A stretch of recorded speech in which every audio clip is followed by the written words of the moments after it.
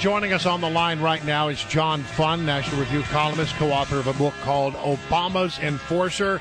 It is a book about Eric Holder, the Attorney General of the United States. Good morning to you, John. Pleasure, thank you. All right, so listen, when we talk about the Attorney General of the United States, you think of the top law enforcement officer of the nation, a man who's supposed to be looking out for us, the little guys. But it would seem that what we really have here in Eric Holder, and I think this is sort of the point of your book, is an Attorney General for the President of the United States. He's become more or less the President's attorney. Well, every attorney general has to follow the political priorities of the president and emphasize certain things the president wants to do in law enforcement. But his primary responsibility is the rule of law, making sure the laws are applied without fear or favor, without politics. And unfortunately, Eric Holder is a lot more the president's political team than he is an impartial law enforcement enforcer. Give me an example. Well, I'll give you a dozen examples, which is every time President Obama wants to bend the Constitution, Eric Holder is there to say, go for it. In the last 2 years, the Supreme Court of the United States has 13 times unanimously rejected the Obama administration's Justice Department expansion of the Constitution. And this is unanimous. This includes his own two appointees, his own former Solicitor General, and number 3 appointee in the department. One of these cases involved the Justice Department's insistence that the federal government should have the right to plant a GPS tracking device on everyone's car in America without a search warrant, without any kind of evidence a crime had been committed or a crime was going to be committed. The Supreme Court said, whoa, 9-0, you're not doing that.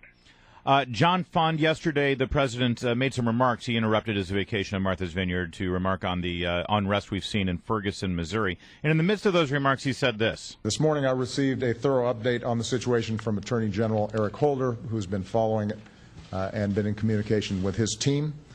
I've already tasked the Department of Justice and the FBI to independently investigate the death of Michael Brown, along with local officials on the ground. Many observers believe that Eric Holder has he's radicalized certain portions of the Department of Justice with regard to issues like this, race and crime. And they believe that the team he sent down to Florida during the Trayvon Martin situation actually made matters worse. Should we have our antenna up now since Holder is on the job in Ferguson?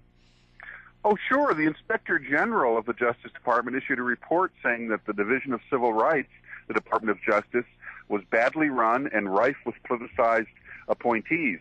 So, of course, we should be concerned. However, I have to tell you, I think there's legitimate problems in Ferguson, Missouri. We have seen a militarization of our local police forces, with the Pentagon sending all of these combat vehicles downstream to lots of local officials who don't know how to use them. My brother was direct deputy chief of police in Tucson for many years.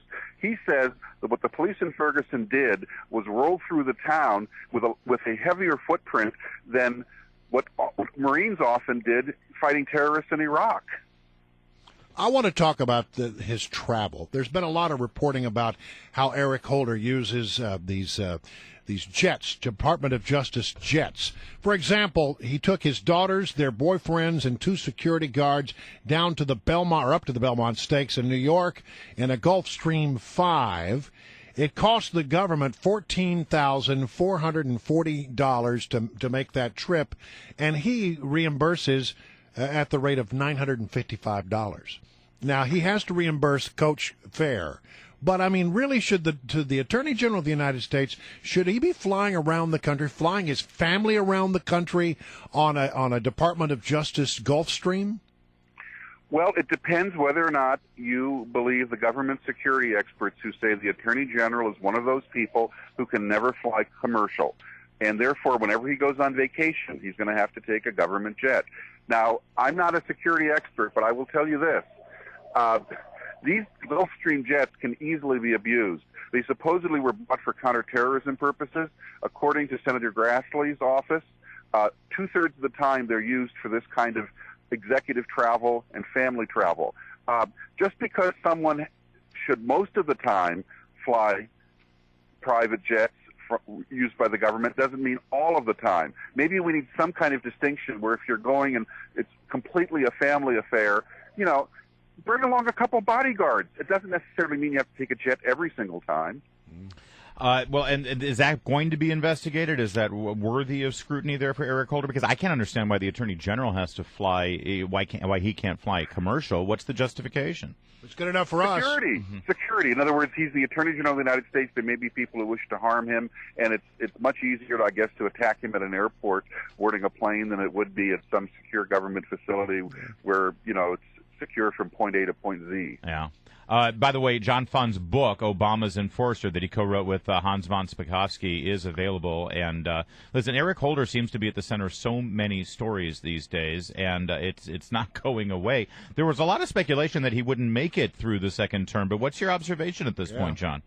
Oh, Eric Holder will be Attorney General till noon on January 20th, 2017, and the reason is if he left office before then, he would have a new occupation he wouldn't like. It would be called permanent witness.